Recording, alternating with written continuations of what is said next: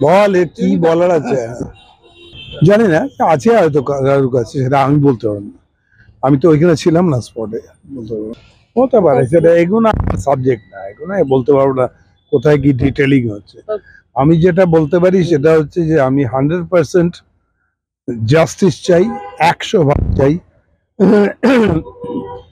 একটা পাশবিক নোংরা একটা ঘটনা ঘটেছে, তাদের দোষীদের খুঁজে বার করাটা অত্যন্ত প্রয়োজন। মানে 100% আমি চাই সেটা, এবং তাদের কঠোরতম শাস্তি চাই। এটা হচ্ছে বেসিক কথা।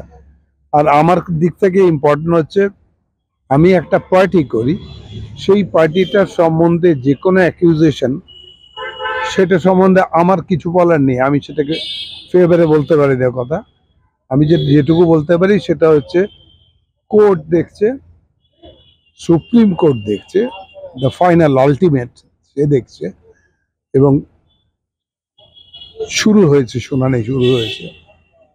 বাকি সিবিআই আছে, ইনভেস্টিগেশনের রিপোর্টটা তারা দেবে, তারা খুঁজে বার করবে এবং ওখান থেকে ফাইনাল ভার্ডিক্ট দেবে। এই ফাইনাল ভার্ডিক্টটা কি দেবে সেটা হচ্ছে ইম্পর্টেন্ট, সেটার উপরে ডিপেন্ড করবে আমার মতামত। তার আগে আমি কিছুই বলবো না। এবার তারা কি করে দেখা যাক। হ্যাঁ, এটা নিয়ে একটা কন্ট্রোভার্সি চলছে, সেটা ক্লিয়ার হোক। এরা বলছে দিচ্ছে, ওরা বলছে দিচ্ছে না, এবং দেখা যাচ্ছে সত্যি হসপিটালগুলো খালি আছে। এখানকার খবর কি? এমন হচ্ছে, তোমার কাছে জিজ্ঞেস করি, এইখানকার হসপিটাল লোক চলছে। যে আমি যতদূর শুনলাম কলকাতাতেই কয়েকটা হসপিটালে হচ্ছে, চলছে না, আদারওয়াইজ চলছে। কিন্তু যেখানে চলছে না সেখানে আবার কিছু মৃত্যুর ঘটনা ঘটছে। কর্মনীতির তুলনা উচিত, কিন্তু ওদের যে পয়েন্টটা, অ্যাঙ্গেলটা আছে, সেটাকে আমি ডিনাই করছি না। ওরা তো ওদের দাবি আদায় করবেই, কিন্তু এটা কি অনন্তকাল চলতে পারে? পরিষেবাটা তো পাবে না। তাহলে সাধারণ মানুষ, সে অপরাধটা কি করেছে? সে তো করেনি অপরাধ। তো সেই জন্য এটা নিয়ে একটা একটা কোথাও একটা দাঁড়াতে হবে। সে দেখি সুপ্রিম কোর্টই বলে দেবে সেটা। আমি ওনাকে অত্যন্ত সম্মান করি, ওনার মতামতের খুবই দাম দিই আমি। কোথাও কোনো আমার অসুবিধা নেই। তবে আমাদের যেটা মনে হচ্ছে সেটা হচ্ছে, এটা একটা যে কোনো কারণে একটা যুদ্ধক্ষেত্র তৈরি হয়েছে। সেই যুদ্ধক্ষেত্রেতে সবাইকে ধৈর্য ধরতে হবে। আর দল ছেড়ে চলে যাবেন, অবশ্য উনি বলছেন পলিটিক্স ছেড়ে দেবেন, দ্যাটস এ ডিফারেন্ট আইডিয়া। ওনার ফিলোসফি, ওনার দর্শন তাই বলে। তো সেক্ষেত্রে আমার কিছু বলেন না, পার্সোনাল ডিসিশন। না, আমি এর ভিতরে আমার কিছু বলা নেই। যেটা ইম্পর্টেন্ট সেটা হচ্ছে, উনি যেটা বলেছেন, ওনার নিজের মতামত বলেছেন, যা অবজারভেশন থেকে বুঝেছেন এটা বলেছেন। আমি তো সেই জায়গায় ঠিক নেই, আমি এত বড় মানুষও নই, সামান্য একজন মানুষ।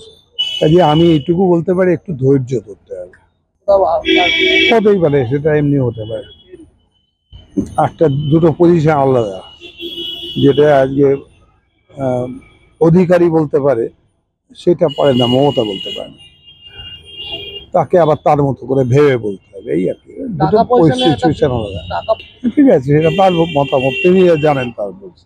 আমি কোনোটাই জানি না, কাজে বলতে পারবো না। আপনি কি রাস্তায় নামা, আর একজন রাস্তায় নামলো না, ঈশ্বরকে মন্দিরে গিয়ে ডাকলো, কিন্তু অন্তরে অন্তরে ডাকলো, সব সময় ডাকলো, দুটোই তো হতে পারে। সেই হিসেবে আমার মনে হচ্ছে এক্ষুনি রাস্তায় নামার, আমার বয়সও সেটা নয় যে রাত জাগ ঝেরা পারবো না, আমি জাগতে পারবো না, অত সুস্থ নই আমি। সেই জন্যে আমার process of protest is like this, but I protest. আমি চাই, আমি এর জাস্টিস চাই, শেষটা দেখতে চাই, তার জন্য অপেক্ষা করছি। এবং সেইটার উপরে ডিপেন্ড করবে সুপ্রিম কোর্ট কি বলবে। ওর বলাটা আমার পছন্দ হবে কিনা সেটা তখন বলা যাবে, আগে বেরোক। একদম 100%। ঠিক আছে, এত তাড়াতাড়ি ভেঙে পড়লে হবে না। একটা কেস 20 বছর চলে, মিনিমাম 2-3 বছর চলে। তো তারা বুঝতে জায়গাটা দেখতে হবে যে একটু সময় তো দিতেই হবে মনে হচ্ছে। তবে এত অধৈর্য হলে মুশকিল হবে, যে রাস্তাতে বসে থাকবে মানুষ, 2-3 দিনের মধ্যে ডিসিশন হয়ে যাবে, ফাঁসি হয়ে যাবে। তা তো হয় না, হবে না। ওইটুকু সময় দিতে হবে, এই আর কি। কালকে আপনাদের এমপি জহর